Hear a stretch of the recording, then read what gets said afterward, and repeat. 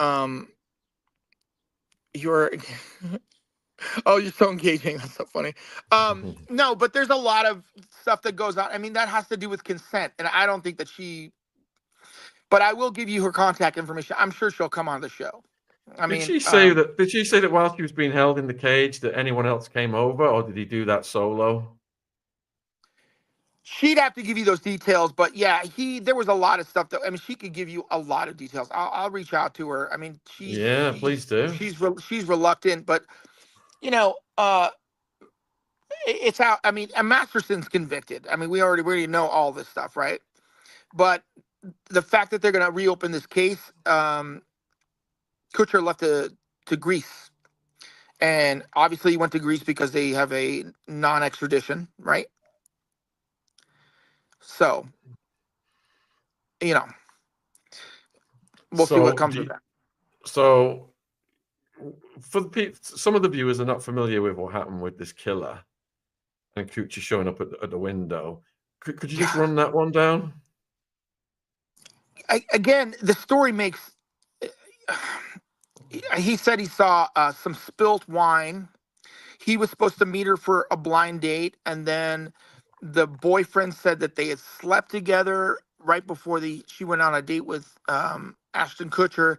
He uh, he came forward and said, "Look, he was scared because his DNA would be all over the place because he had interactions with her, and but they never took any DNA from that case. They never um, got any of the details. And yeah, Masterson, he was a Church of Scientology guy, and that's who came to his defense. I mean, this stuff's all. So, do you think they've gone overseas to avoid that, or to avoid Diddy, or to avoid both situations? I mean, look, I'm gonna explain to you like this. Of the Epstein thing, right? Yeah, How many people went to the island? a lot. How many people were convicted? None. I mean, you've got flight records, phone records, and only Ghislaine and then Epstein. I mean, look, what I know from seeing adult actresses is that rich people don't pay for sex. That's not what they pay for. They pay for secrecy, right? Right? They try to keep things quiet. And I've seen, man, I'm a pretty open guy, right? And Sean, we listen. Let's just be honest. We've seen some things and done some things, right? Right. But the things that go on, like I've seen CEOs call, okay, in a diaper, guys that own a supplement companies going, "I'm a bad boy" in a diaper. Again, I'm not king shaming. Just stuff like that. Obviously, they don't want to come out. Um, yeah, you go to places like the Magic Castle. I had an hour-long conversation with Corey Feldman that would have blown your mind. I mean, you know what I mean? My sister was like, "Who are you talking to?" I'm like, "Corey Feldman." She goes, "What does he have to say?" I'm like, "Yeah, and again, you been Oops. telling you this. You know what I mean?" Yeah. So we've had Corey on the channel, and it was heartbreaking what he told us.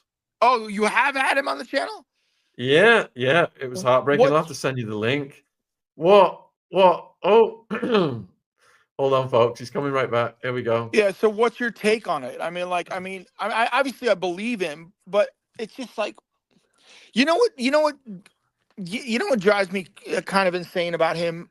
It's like he gets to the edge of the water, and then when you talk to him about Michael Jackson, he's like, "Oh no, great guy, great guy. Gave me a jacket, gave me my dance moves." You're like, okay, but and then you know what I mean? It's like what? So with Courtney, then he's been ostracized. He's had death threats. He's had his life turned upside down. He's had all of his so-called friends abandon him so Did I he lose could you? get this work. You know, you're right. You're still there. You're still there. So we could get Uh-oh. this workout, and in honor of the two Did I Corys. lose you? And no, we can still hear you fine. Whoops. All right, there you go. Yeah. I was just saying about Corey, Yeah. but he went through hell to expose, what happened to him and the other Corey, his friend who he lost, and he told us all about it, the hell he went through, and how he was, even now he can't, all the work shut down, all his friends turned against him, his so-called friends. He was Yeah. blacklisted. He was hackers came after him, trying to mess with his the movie he was releasing and trying to Yeah, I steal mean, steal the money.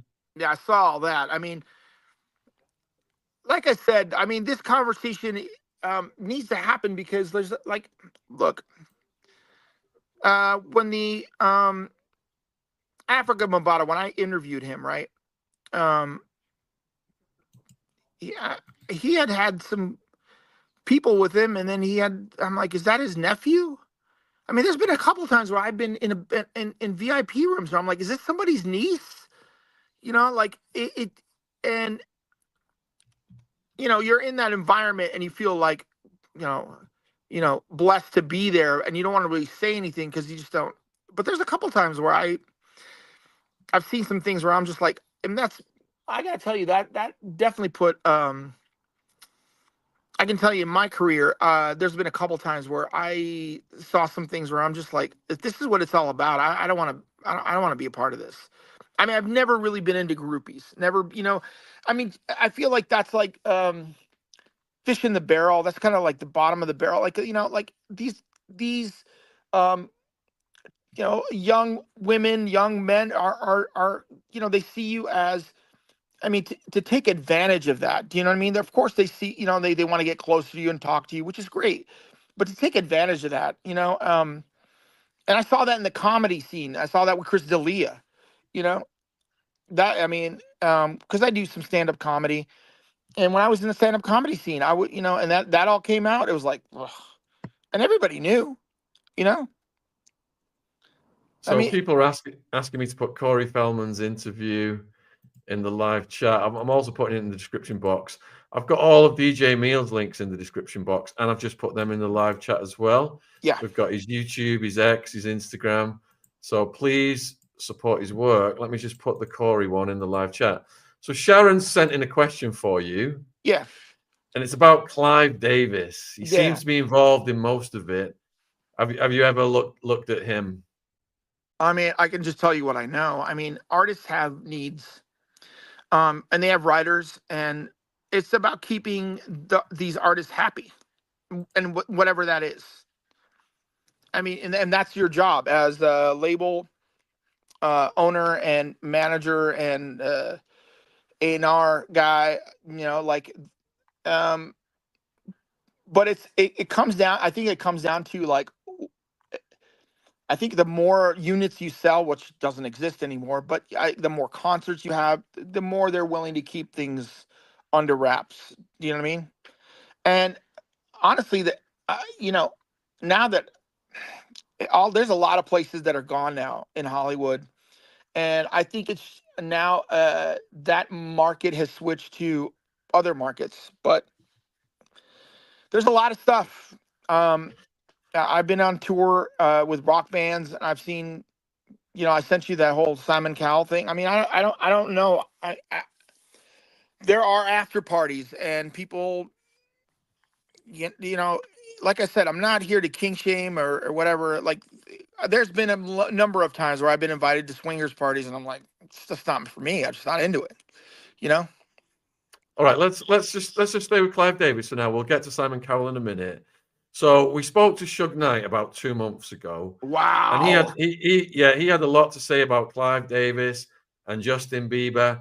So Oh yeah, basically, he yeah. said that Diddy was indoctrinated into this world and taught the things allegedly from the likes of Clive Davis that then Diddy turned around and allegedly did to the likes of Justin Bieber, who he alleged was rented out to executives and sent around the world. Have you heard anything from that side of things? I know. About Listen to Bieber? me. Here's what I know. I lived in Malibu, and I have been in Calabasas many times. That little cul-de-sac called Calabasas is the most incestuous.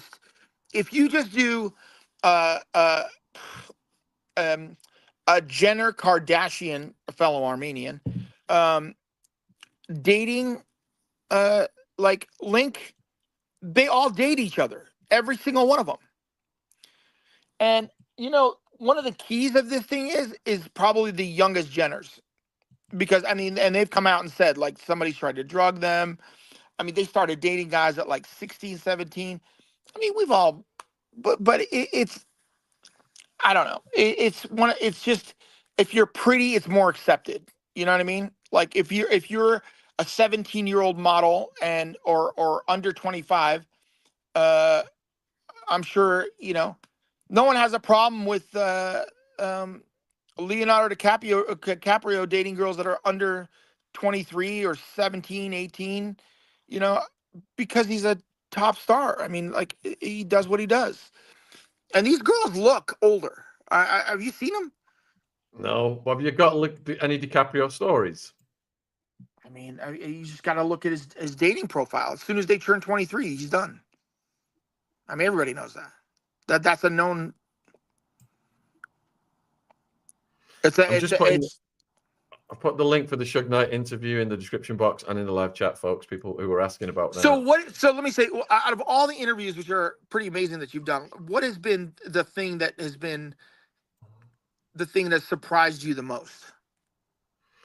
Of all the interviews I've ever done, oh Yeah, my goodness, that's a side tangent that would take me a long time to just explain. give me I the would say, highlights. I would say, I would say, um, I started doing talks in the schools here, drugs education, Yeah. back in 2009. And Okay. I always showed them a picture of the Aryan Brotherhood gang leaders. These guys were in prison for life. Now, Yeah. two of those gang leaders got out. Michael Thompson was one, and Casper was another one. Okay. And the stories they told me about Corcoran prison were that the guards had formed their own gang and were having the prisoners fight to the death. They had the death reports written up, the ambulance is ready, all the staff lined up watching, taking bets.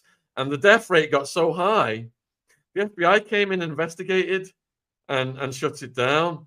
This was reported. People can Google Corcoran prison gladiator games. Yeah. Anyway, a staff member was taking the stand to witness against the guards' gang, and he had a bulletproof vest on. And the judge said to him, "Why have you got a bulletproof vest on?" And he said, "Because the guards' gang just did a drive-by on my Yeah. house." Michael Thompson, the prisoner, said he had to grow his muscles big enough to absorb the bullets so he could fight for a few seconds longer Yeah. in these knife fights to stay alive. Just hearing stuff like that, man, it's absolutely mind blowing. I mean, I sent you a link to an herb article that talked about uh, gang culture and gays. Right? I mean, going back to what you were saying about prison. I mean, it's a known thing. Gay for the stay, gay for the pay. Again, I do not. I'm not here to kink shame or put anybody. I just think it needs to be, it just needs to be more accepted and open. You know what I mean? And I think that would help um, everybody. I could. Did I tell you the story about when I was in Chicago? No? So when we first moved to Chicago in the '70s, right? In Elk Grove Village, and this guy, this older guy, was to have these parties, petting zoos and clowns, and my brother and I were like, we want to go to these parties, and my grandmother, who spoke no English, said, I don't like that guy, and you're not going to those parties, right? 6 months later, they found like 16 bodies underneath his uh, basement, and it was John Wayne What? Gacy. It was John Wayne What? Gacy. I don't know how she knew, but it was John Wayne Gacy. And I always wondered about that guy, because it was like, if it was more, if his lifestyle was more accepted, maybe those, I don't know, maybe some of those boys would live. You know what I mean? It's just, um, Dude, you know what I'm saying? I mean, I always wondered like that. It always bothered me that like that he never even came out as being gay at all. And it's like, but that's who he predominantly preyed on. You know what I mean? Yeah, Um, you're saying that when things are suppressed, right. the tension Oh, for sure. Oh, builds, for sure. and Oh, for sure. it can cause a far greater counter I mean, well, reaction. put yourself in Diddy's shoes. I mean, I'm just saying. I mean, you're like this head of the, bad boy, and you're super machismo, and it's not, I mean, Frank Ocean is what, the only gay rap artist out there? One? You're telling me there's just only one out of like the thousands of thousands of gay hip hop artists? I don't believe that. And in fact, I know for a fact that's not the case. So A1 London is saying that you and Mila are one of his favorite podcast guests. Excellent interview. Yeah. Well, you are. I mean, um, No, you are. You are. listen, we could talk. I mean, there was the Wild Man stories. We could talk about. Let's stick on the A-listers for now before we get to them. Sure. So you dropped in the Kardashians earlier. What are your thoughts on the Kardashians? I mean, what do you? I mean, they all date each other. I mean, if you just look at Kendall, right? If you look at Kendall and she was starting to date some guy when she was 17, and the mom was okay with that. You know, I mean, that happened in the rave scene. I know a guy that was seeing a girl when he was 16, and then their excuse was the mom was okay with it, and I'm like, yeah, it's like it doesn't, you know, they all 100%, whether it's Bieber and Haley, and they it all, if you there's a there's a chart that actually will show you every one of the people they dated and how it goes back and circles around every one of them. It's a very incestuous, um it's a The very viewers incestuous. the viewers want to know if there's any sorcery and witchcraft being practiced by these elites, such as the I'm Kardashians. gonna I'm gonna tell you. This is Oh dear. I'm gonna tell you as an Armenian, right? As an Armenian, they're using some Armenian witchcraft, dude. Okay, so you're telling me every man that was been in that circle of that coven of witches has come out either on drugs or crazy, right? Kanye, Scott Disick, who's the basketball player? Uh, every one of them has come out crazy or on drugs, and I think that the father must have taught him. They're using some old Armenian witchcraft, dude. I guarantee there doesn't make any sense. You know what I mean? Yeah, earlier on you talked about the scale of the parties. There's just the regular nightclub parties, and then there's the more underground scene. Yeah, So does it escalate into rituals, esoteric arts? yeah. That's funny you use the word art. It can all be put under the. Um, I'll tell you, she's deceased now, so I can tell you a story about that Jessica James told me one time, right? And Yep. um, so you could put up the picture I put. I sent you the picture. Of Jessica, Yeah, a mutual friend of ours from Arizona. I remember Jessica over at the Quadrangles. Let me find it. It's the last picture, right, that you put up? yeah. Okay, let me share this one. So Jessica went on to become an adult film star, Yeah, didn't she? yeah. There it is. So she told me a story one time that um, so she makes private videos for people, right? Okay, Yep.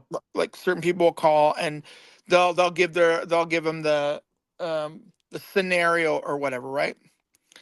Um, and this one scene was going to pay like $10,000, and it was like Well, what they wanted to happen was uh, um, a girl was on the operating table, and then a doctor would try to save her, and then deet deet, and then she would flatline, and then the doctor would have intercourse with her.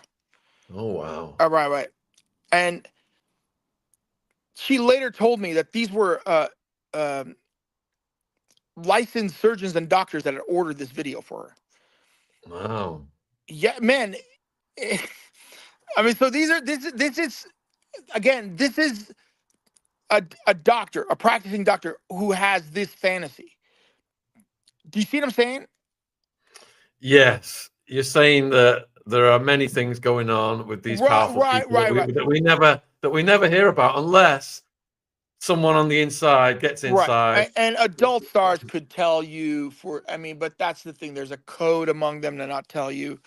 I mean, yeah, it's, yeah, yeah. So there's things going on all the time, all around us, including esoteric arts and other bizarre behaviors and rituals. Is that what you're saying? Well, again, anything that they think that can get them, I mean, look, I think it might start out, you know what it is?